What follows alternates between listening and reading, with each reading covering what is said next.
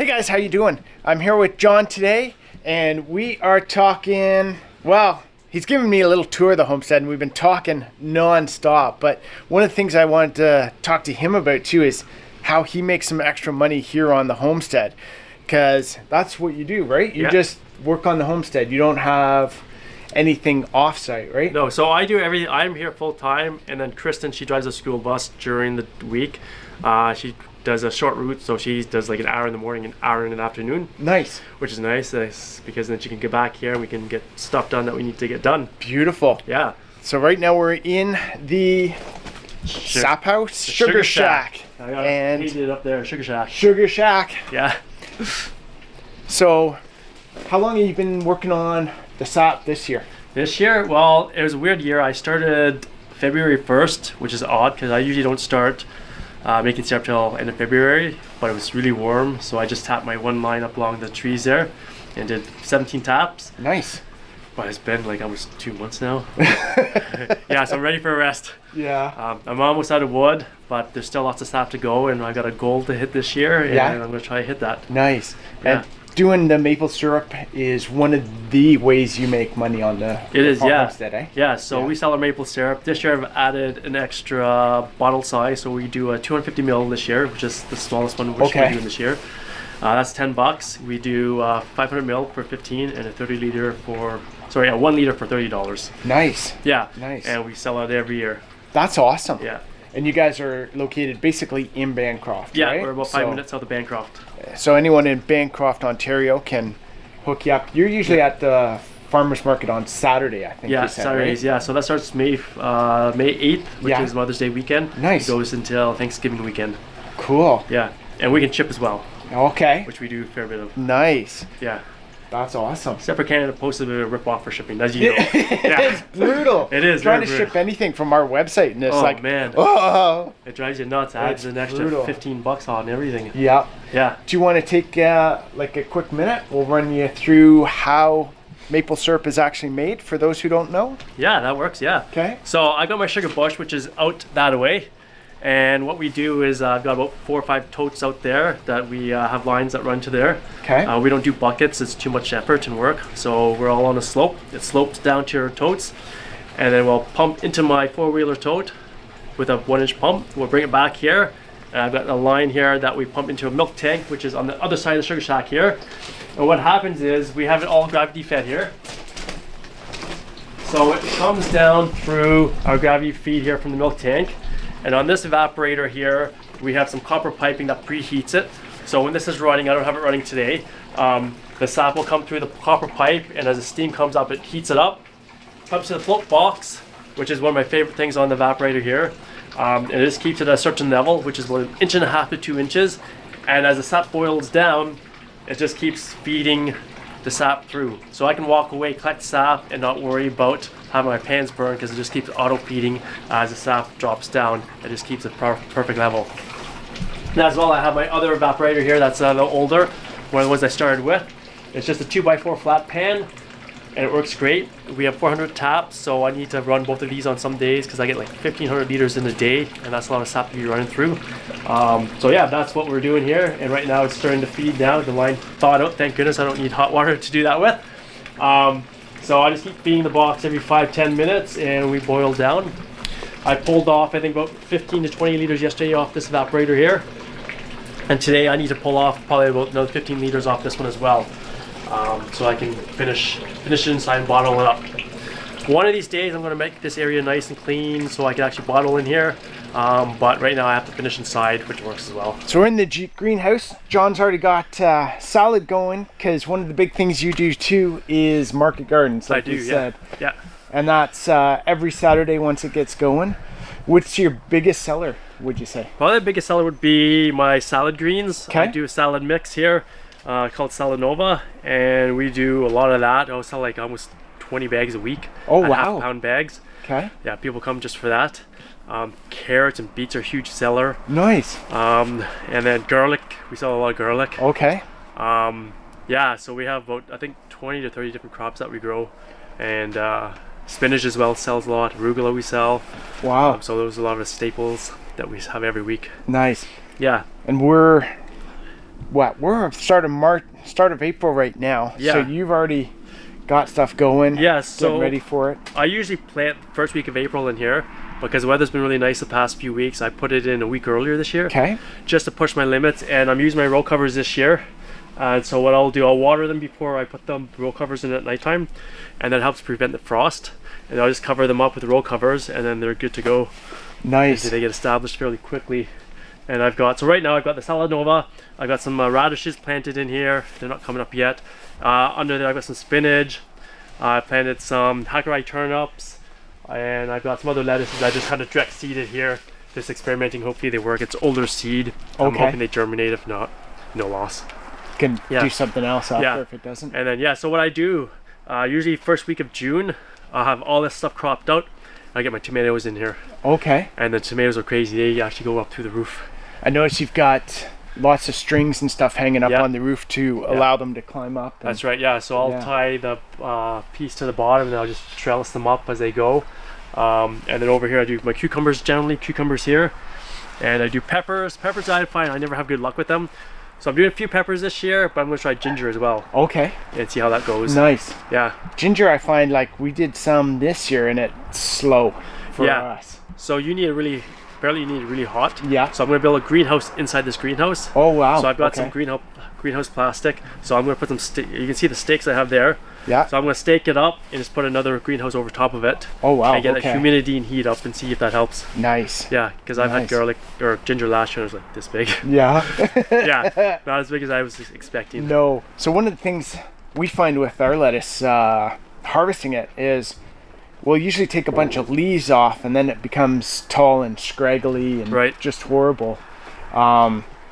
Am I doing it wrong? Is there a different way to harvest lettuce? Well, there's different kinds of lettuce. Some lettuces are head lettuces. Okay. So you need to actually harvest the whole head. Okay. There's some other lettuces that are called like cut and come lettuces, where they're like more like little salad, like the Mexican mixes you see in the grocery store. Yeah. So you can cut those when they're about 2 inches tall. Okay. And when you cut those, they can come back again and you can cut them again. Okay. So what could happen too if they're getting long and scraggly could be because it's high heat. Okay. And lettuce is like cooler weather. Right. So they're probably going to seed. Yep. Yeah. So yeah, it's probably because it's too hot they're going to seed. Okay. Yeah. So lettuces generally don't like a greenhouse. Right. But this time of year they do because it's a little warmer and they can have that warmth until it gets too hot. Right. But generally my lettuces are going outside the greenhouse, so they don't get that bolting action going on. Okay. Yeah. Nice. Yeah, because I've had that too, where like my romaine lettuces, I'll plant them outside. Yeah. And they bolt so fast when the heat hits. Yeah. Yeah. So, is there any way to keep them cool? Like, would row covers help? Well, row covers kind of keep the heat in. Like you can get shade covers. The shade covers. Yeah. You can try that. I've never used those, but a lot of the people use those on their greenhouses too to keep them cooler. Keep that warmer. Yeah. Or cooler. Cooler. Yeah. Yeah.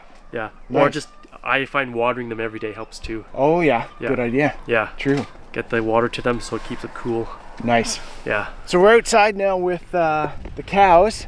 And another way you like to make money here too is selling beef, right? We do beef and pork. Nice. And we have a pretty big waiting list. So once people try our beef and pork, they're like, put us on the list for the next round. Yeah, that's awesome. So they just keep coming back. And yeah.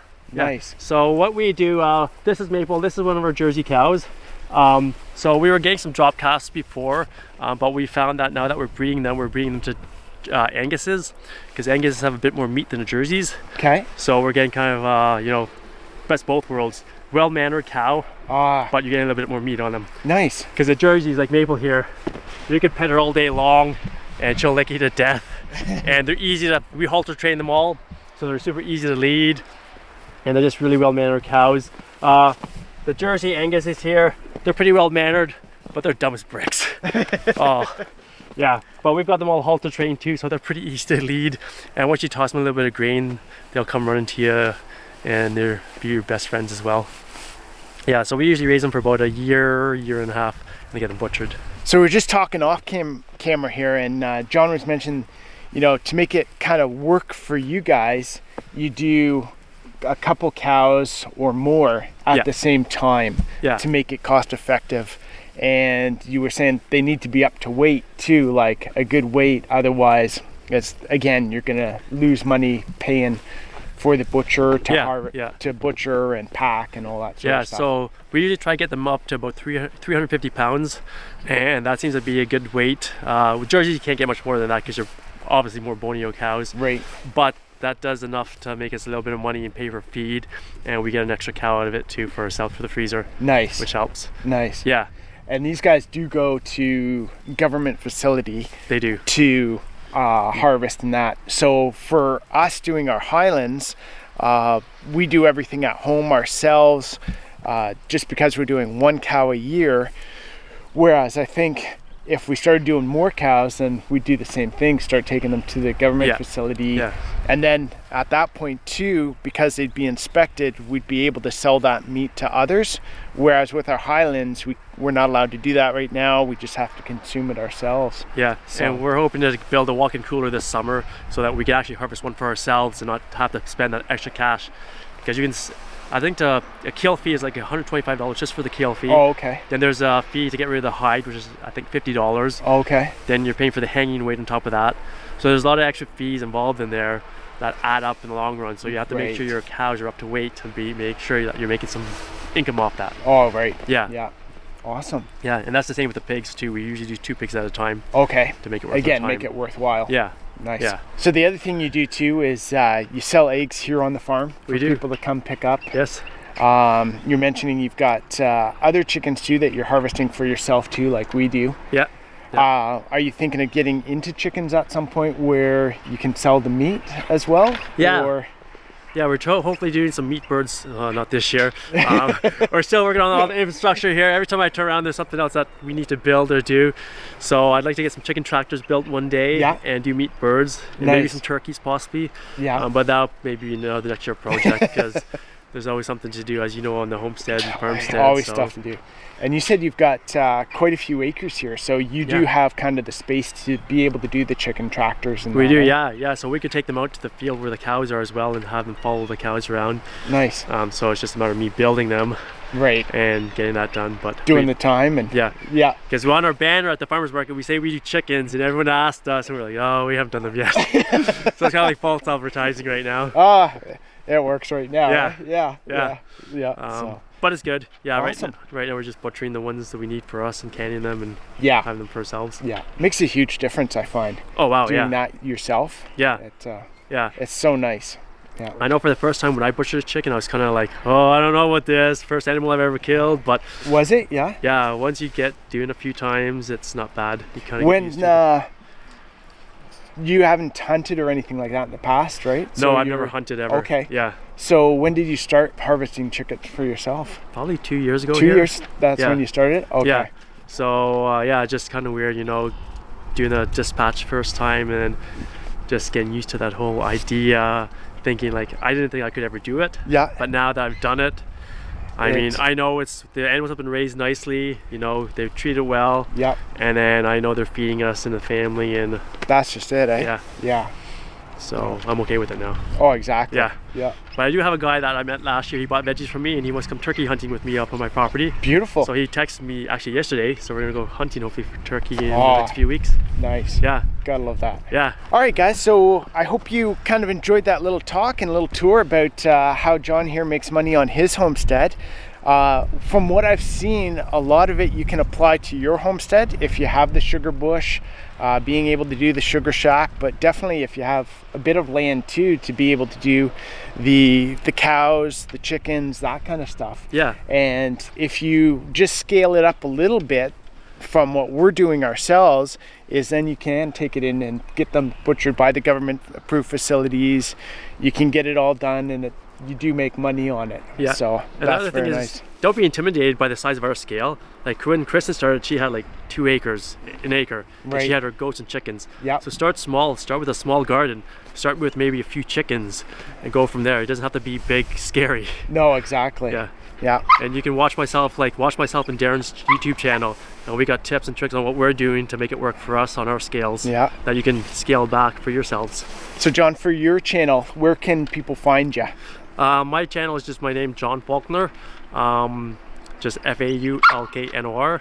I don't have a cool name like Darren, Thornhaven Farm. I gotta come up with a better name, but yeah, just search my name and I'm out there. I've got tons of videos on, you know, what we do here on the homestead, on how to garden easier, maple syrup, and all the cool stuff we're doing here. Awesome. Yeah. And if people are in the Bancroft area, they can go into the local farmer market. Where's that take place at? It's behind the post office in Millennium Park. Okay. And it's from 9 to 2 p.m. I believe. I think they changed the hours last year, but it's roughly around there.